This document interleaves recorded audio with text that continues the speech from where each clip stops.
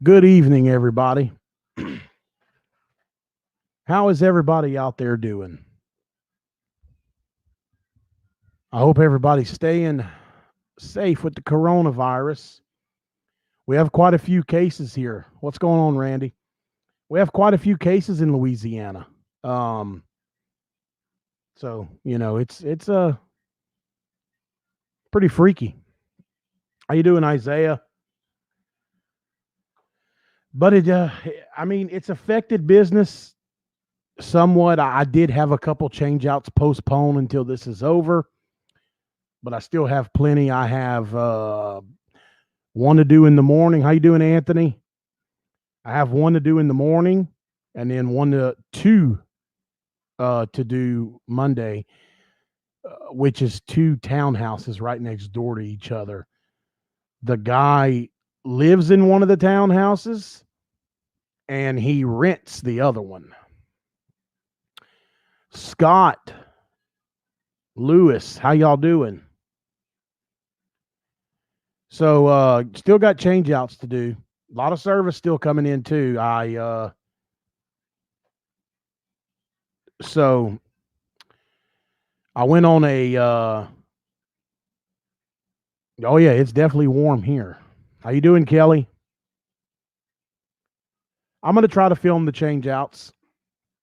Two townhouses right next door to each other. Change out in each one. That's Monday. How you doing, Greg?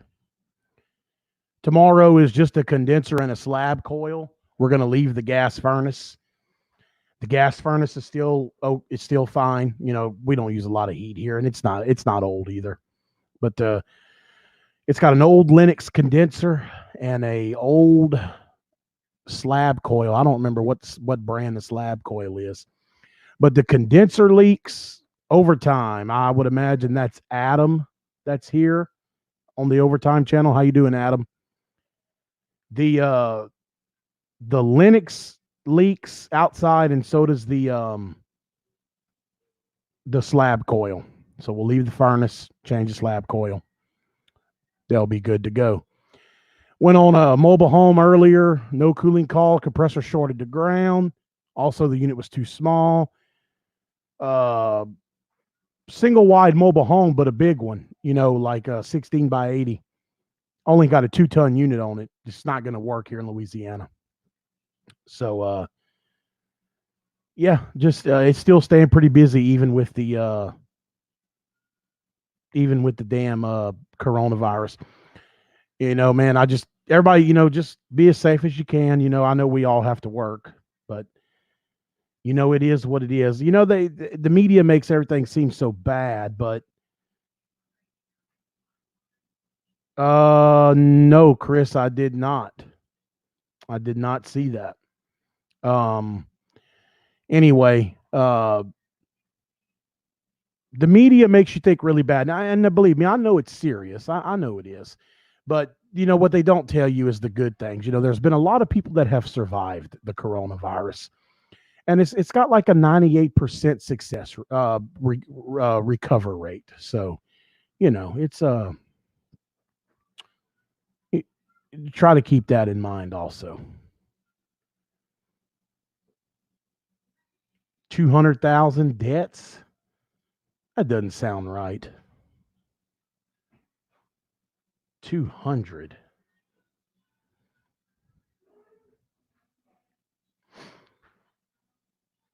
But it's definitely warming up here. How you doing, Mr. Moist? Let's see. Who else is here?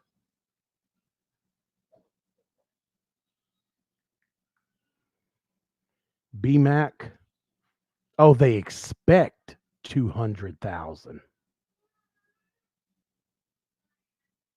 Oh, wow. So how many deaths are there right now in the United States?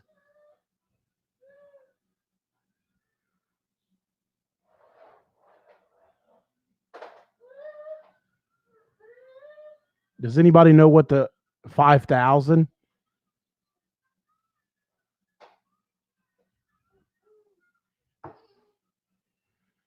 So, okay, so there's 5,000 deaths in the United States, and they're expecting 100,000 to 200,000. Wow, that's crazy. Man, even the H1N1 didn't kill that many people, I don't believe.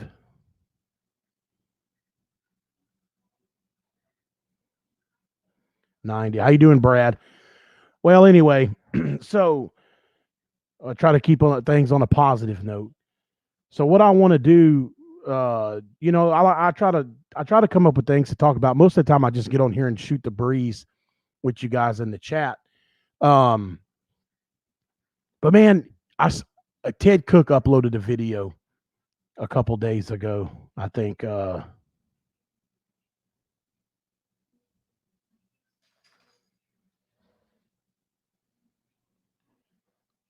Let me find the title to it. And I'm not picking on Ted. I'm using him as an example.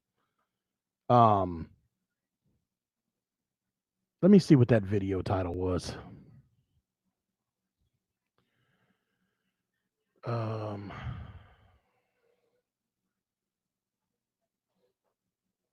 Bear with me, guys. He just uploaded it. It was his latest one. It's called Train Heat Pump System Repair Blowing Fuse. Now, again, Ted, if you're watching, I'm not picking on you. I'm using you as an example. That's what made me want to. Yeah, Chris, I'm staying very busy. I have a lot of service and 3 change outs on the books right now, maybe a 4th one coming up. Anyway, Ted was up in the attic working on this unit on his most recent video. And I think it was a system that he put in. And I remember he opened up the cabinet and he said, "Wow, man, there's been a lot of water in this unit and it's not old." Guys, I love float switches, and that's what we're going to talk about right now is float switches. If you watch Ted's videos, Ted installs a float switch in the secondary pan only, not on the coil or on the drain line. Again, Ted, not picking on you, man. That's his prerogative if he wants to do it that way, his choice. But Ted doesn't, he doesn't like that that he had water in his unit that was so young. And I agree, because once you saturate that insulation, your R value is gone. And not only that, your R value is gone, and it's going to start building up mildew and possibly mold. So here's the thing: if I can get Ted to start putting float switches on the unit or on the primary line and in the secondary pan with this video, if he sees it, then I've accomplished what I've wanted to accomplish. But to anybody else out there, look, yes, you got a horizontal unit in the attic. You're putting a secondary switch in the pan. I mean, I'm sorry. You're putting a float switch in the secondary pan. That's fantastic. At least you're doing that. But you are letting your unit flood with water before it gets to the secondary pan. Why not use an SS, a screw one on the secondary of the coil or put one in the coil drain line? It's, I just don't understand it. It's, how you doing, Vanberg? It's not that hard to do. Guys, I put float switches on package units. Okay. Now, I don't do a lot of package units around here on residential because we just don't see that. Like in the Carolinas, and I think Tennessee's got quite a few. And then, Ted lives in one of the Carolinas. He's got quite a few package units on residential houses. Very, very rare that we see something like that. Now, I even put a float switch on a package unit. Now, I've never done a video on that, but I did post it on Facebook one time. And somebody said, "Why the hell would you put a float switch on a package unit?" I put a inline float switch before the trap. Same reason. The bad thing about package units is a drain on a residential package unit will stay stopped up and run like that for years before anybody takes care of it. The customer will actually call for a no cooling call. And then when you get out there, you're like, oh shit, man, this air handler is saturated. I bet you the drain is stopped up. That thing may have been running like that for 2 years. So I put float switches on everything. And anyway, doing it like that, if you put a float switch on the coil or in the drain line and in the secondary pan, there's no reason that air handler should ever flood unless the unit would freeze up. Now, if you want to take it a step further, you could put a freeze stat on the unit. I don't use freeze stats, because normally, I mean, if it freezes up, it should fall in the pan when it thaws out. Hey, Dennis, how you doing? I'm doing good, buddy. It should fall into the primary pan and then go out. It should, when you thaw it out. Doesn't always work like that. A lot of times it will still saturate the insulation. So if you're worried about freezing, you can always put a freeze stat. But look, man, those float switches are not expensive. You take like tomorrow, I'm putting in a slab coil. Okay. So it's not like that a slab coil in the condenser. So it's not like there's a whole unit that it can saturate, but I'm still going to put an SS2 on the secondary of that slab coil because that slab coil has insulation in it too. I don't want none of that shit to get wet. So it's going to get an SS2 and one in the secondary pan. I just wanted to point that out. When I heard Ted say, man, look at this unit, it's been saturated with water. And it's so new. I said to myself, that's what the next live stream is going to be about. It's going to be about flow switches. Okay. I saw Adam and a couple other people said something about the hockey puck. I do not like those wet switches. Don't like them. I've worked when I left my father and moved down here. I worked for a couple companies that loved them and believed in them. Man, they act up. A lot of times they get stuck on, open, which is the red light, shuts the unit down for no reason. I just don't like them. I really, really don't like those hockey pucks, and I refuse to use them. That's just my opinion. If you use them and you've had good luck with them, that's great. But I don't like them. So I pulled up some stuff on Google here, and I'm going to share my screen. All right, so if you scroll through here, you could see right here, that's actually a video, but here's an SS1. You could put that one in the line, but this is what I wanted to show you. This is a perfect example right here. There's your main drain line, and then there's your SS2 float switch. Now that's in an upflow position, which I put in an upflow position. I get float switches get put on everything for me. Upflow, horizontal, doesn't matter. So you could do that. You can also do these easy traps, which I'm not a fan of. I don't use the easy trap. Never been a fan of it. Let's see. This is my secondary pan switch of choice, the AquaGuard. I really like it. There's another easy trap. And here's another easy trap right here. They got the float switch, the cleaning brush, you got the trap. So, I mean, I guess they're nice. I just don't like them. I've never used these before. Never used those. Who makes the wet switch, the hockey puck? Is that Diversitech that makes that, or RectorSeal? I cannot remember. If anybody wants to, if anybody can answer that for me, I would appreciate it. So anyway, I That's pretty much the end of that. So, you know, something like that.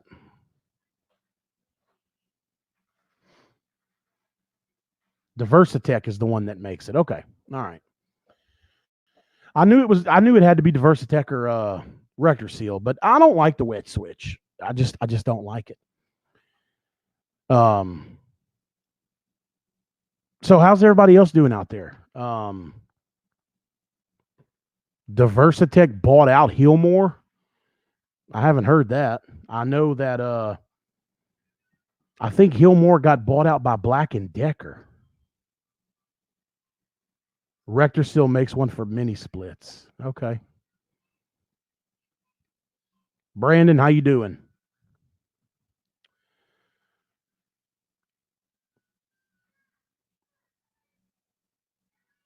So how's everybody else doing? Everybody else staying busy? And also, who out there does do the two float switches like I talked about? And who doesn't? I mean, I hope that this will encourage somebody to start using a float switch on the unit or on the coil.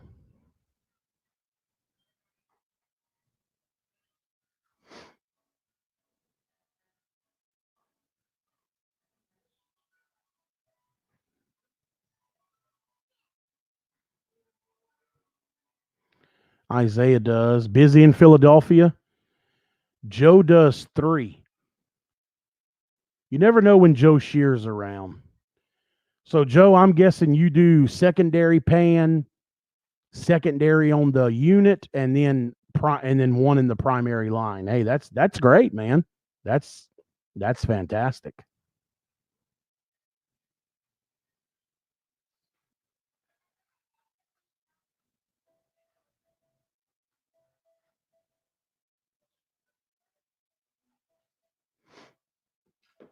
Close. Okay, so what am I missing?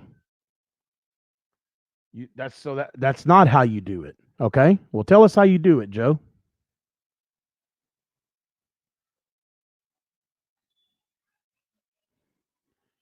You know, Scott, we haven't had that issue. No, I had 2 change outs. Oh, you put 2 in the pan. Okay, so you put 2 in the pan, and where do you put your other one, in the line or on the secondary of the unit? I do still sell Comfort Maker. I do, and I've recently signed up with Bryant because Baker. Well, not recently. I've been with them for a while now. Baker Distributing is now a Bryant distributor, and I'm actually putting in a Bryant tomorrow. So I do do the Ream and the Comfort Maker and Bryant. Don't really do so much Comfort Maker anymore because I can get Ream cheaper and I can get the Bryant cheaper. So it's really Ream and Bryant, mostly Ream though. But I throw a Bryant in every now and then. It just, and it depends on the situation. Sometimes the ICP or Bryant air handlers are a little tall for an attic situation or a closet situation, and the reams are shorter. So it just depends, sometimes one's better than the other. How you doing, Sean?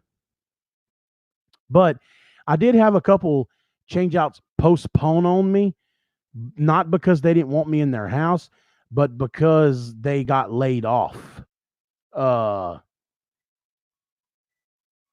And they didn't know what was going to happen with their job. Okay, Joe says on Ream in the line because they have leaked before, so it rises to the secondary. Got you. Okay, that's good to know.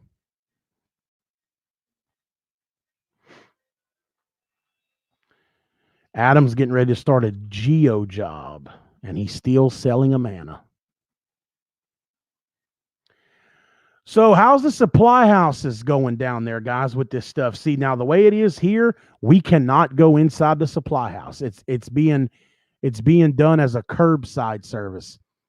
Basically, you call when you're on the way. You call them up. Like I went today, I went pick up a condenser and a slab coil at Baker. So I picked up the phone and I said, hey, it's John, Israel. They're like, and they said, hey, what's up? And I said, I'm on my way to pick up a 3-ton condenser and a slab calling the drain pan, blah, blah, blah. And they get everything ready for you.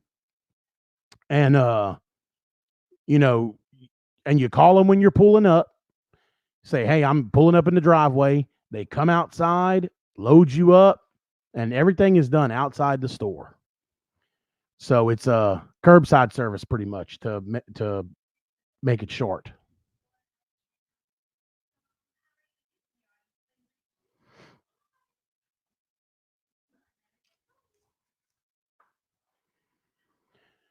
Yeah. Oh, so it's pretty much like that everywhere. Okay. Same thing in Miami, Ohio. Oh, Grand Air is great from Baker. It's nothing but it's a low end grade builder's ICP. It is actually my new go to line for rental property or budget jobs. I was doing Weather King with an ADP air handler because the price is about the same, but I do not like those. I like the cube units. I just don't like the valves. I quoted a mobile home changeout earlier today with a Mortex coil and a Grand Air condenser. Grand Air is nothing but an ICP. Grand Air is Baker Distributing's name, which is built by ICP. Just like Air Temp is, what's up, Matt? Just like Air Temp is Ari Michael's name, but it's built by Nordyne.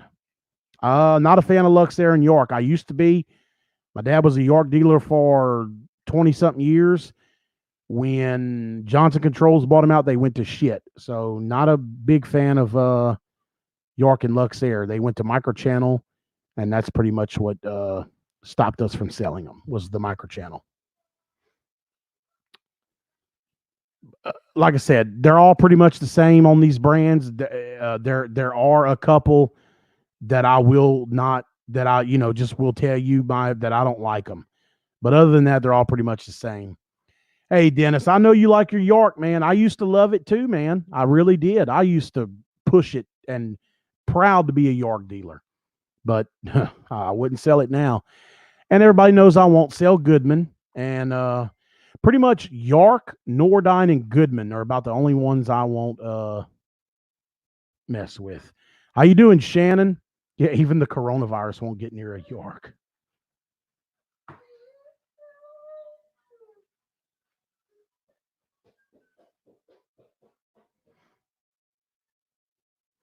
Supply house. Wait a minute. When you say shut down,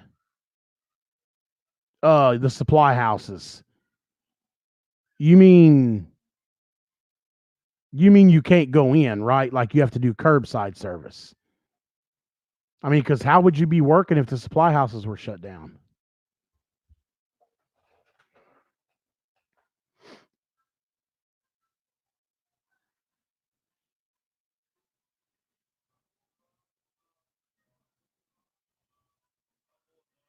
Okay, curbside. Yeah, I was about to say, man, I don't know how you'd be working with no supply houses.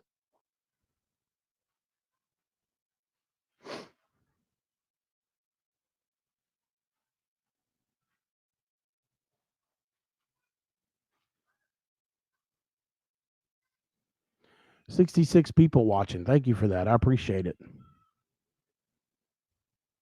Hey, Shannon, do you own your own company? Because I watch your videos, or do you work for somebody? No, I don't believe they're gonna. I don't believe they're gonna deem HVAC non-essential, especially in Louisiana. People just can't go without it.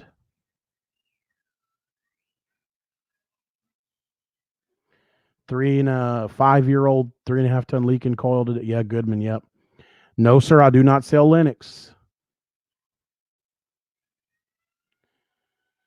Call a professional for the person asking me how to troubleshoot a circuit board.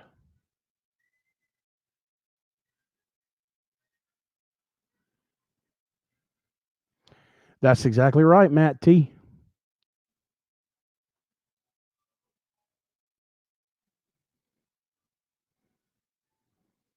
That's a good point, Joe. That's a very good point. Hey, Rich, how you doing? You work for someone. Okay, okay. The way just the way you handle yourself, and Shannon, you're really good behind the camera. I wanted to tell you that you do really good videos, and just the way you handle yourself and talk, it kind of to me, it sounded like you were in business for yourself. Yep, Riemann Root is good stuff. I thoroughly enjoy Riemann Root equipment. Well, Ream, I don't do the Root, which is the same thing though, but my supplier is Ream, not Root. Wouldn't matter to me either or, but you know, I enjoy the equipment. I really do. I don't. Ream had leaking issues when they went to 410A, just like everybody else, because they were still using copper coils. Ever since Ream went aluminum, we haven't had any issues at all. I have never been to Charlotte, never been to the Carolinas.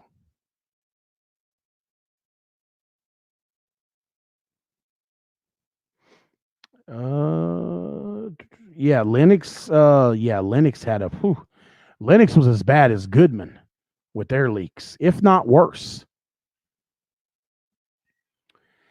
Anthony, it depends. Honestly, if I'm using a P trap, on a negative pressure system, I like the SS1. And then I turn the SS1 like sideways to where the float switch is on top, to where if you remove the float switch, you can see down in the trap. That way, if the trap stops up, that float switch is right there to trip. If I do a positive pressure, gas system, I usually go with an SS2 and put it on the secondary. Not so much with Bryant or ICP products, because their coils, the on their cased coils, the secondary is extremely high compared to the primary. So I'll actually use an SS1 in the line. But for stock, I think SS1 would be the way to go, because you can use it either way. You can either put it in the line, or you can plug it and put it on the secondary. Oh, really, Shannon? I didn't know that, man. Oh, yeah, Adam. ADP's been aluminum for a long time. I've been putting in ADP aluminum coils for the past 3 or 4 years.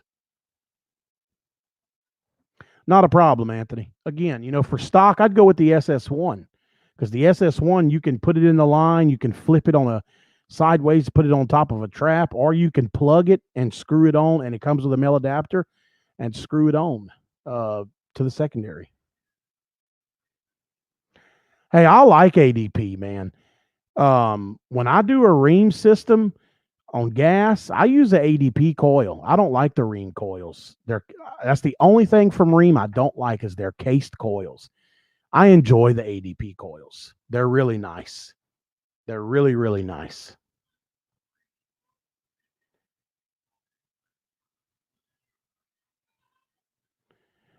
Not me, Dennis. If I go buy an ADP coil right now, I guarantee you it's aluminum, whether it's upflow or horizontal. Joe, I've seen the SS3.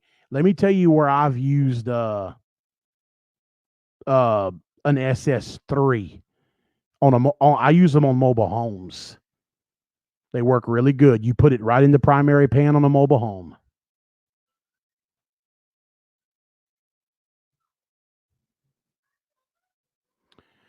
I wouldn't use Leak Lock, Jay. I would use Nylog, but I have not had that issue. And I've got a lot of ADP coils out there, and I haven't had that issue. Oh, well, Brandon, congratulations to you.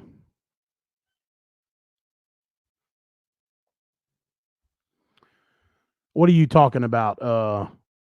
Random guy, you like how they have separate lines for upflow and horizontal?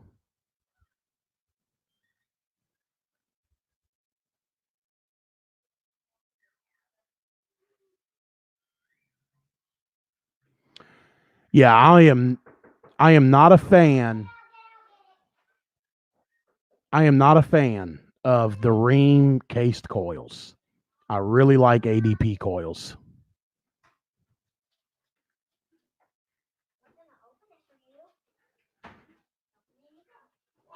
Hey Gary O, how you doing, bud? Oh, you changed your name too.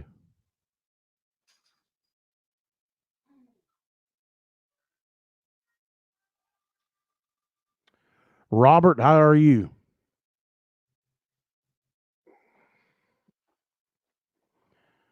Wow, I got 70 people watching. I appreciate that. I think that's the most people I've ever had watching. So thank you everybody for tuning in. Now I know that all 70 of you don't like me, and I know there's a lot of you out there that actually hate me. And to y'all, hi. Yes, Payne is a very low end builder grade of carrier. That's correct. Ream coils are huge. They're as tall as the furnace, and their drain connection is retarded. It's retarded. Gary, how you doing, sir?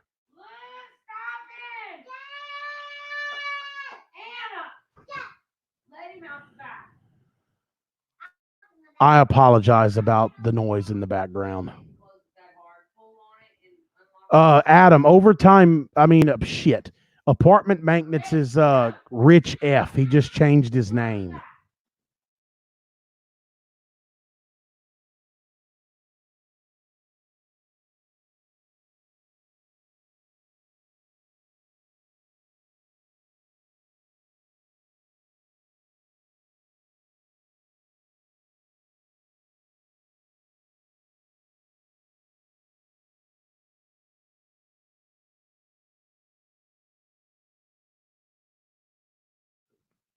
I apologize.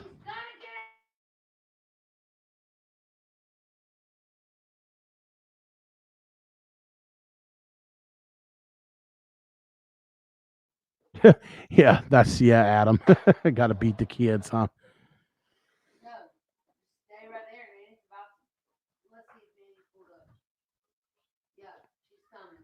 Yeah, you know how it is when you go. Let's see. That's an awesome drink. I'm not sure what Joe's talking about there. He must be talking to somebody in the chat.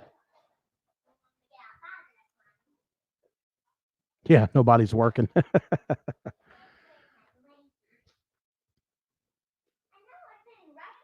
I don't. I see Sean's talking about a Linux furnace, man. I never dealt with Linux that much, except for when I worked for that one company that was a big Linux dealer. I worked on them, but as far as installing them, I've never done it. Let's go stay on here for a few more minutes, guys. I've been on here for a little over 30 minutes.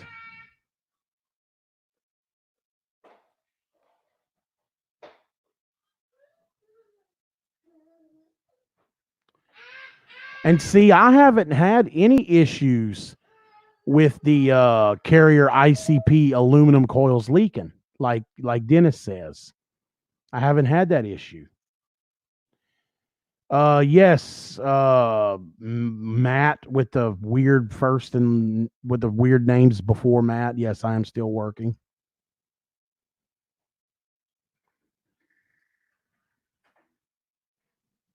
Ah, okay, I got you, Gary O.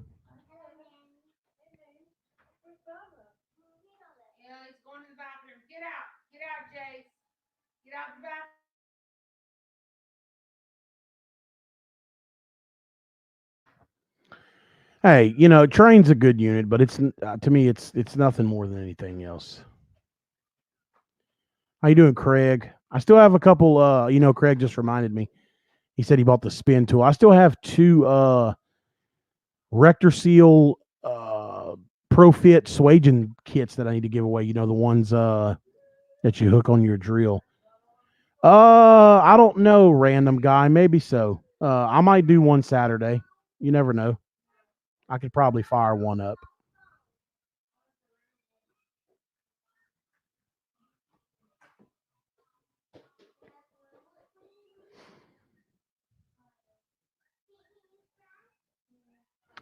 Anything else, guys, before I log off of here? Thought we had a pretty good conversation tonight.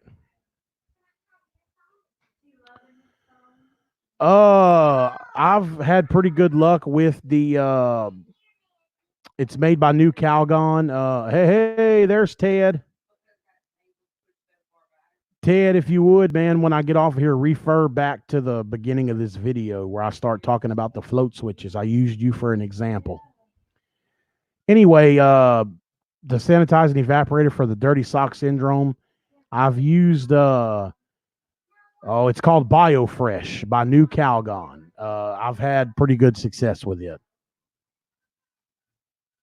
So, Ted, I'll give you a brief rundown. I was talking about float switches on this stream.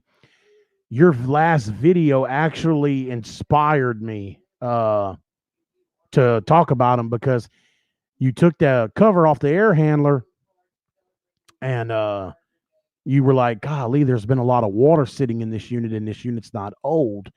And I was telling everybody how you do not put a float switch on the unit or in the primary drain line. You only put one in the secondary pan. And like I said at the beginning of the video, I'm not picking on you. That's the way you prefer to do it. More power to you. So I've had other people with that complaint. So I was telling people if they want to stop that, they should put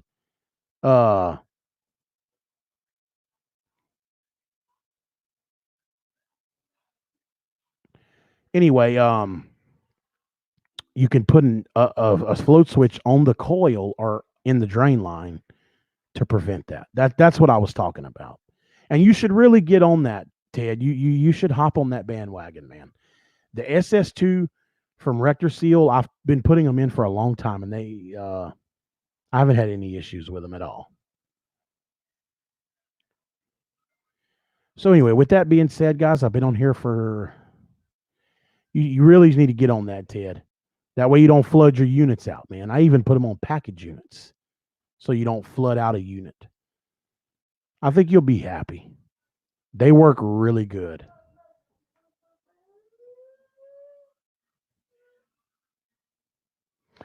No, Sean, you don't see them being hung with unistrut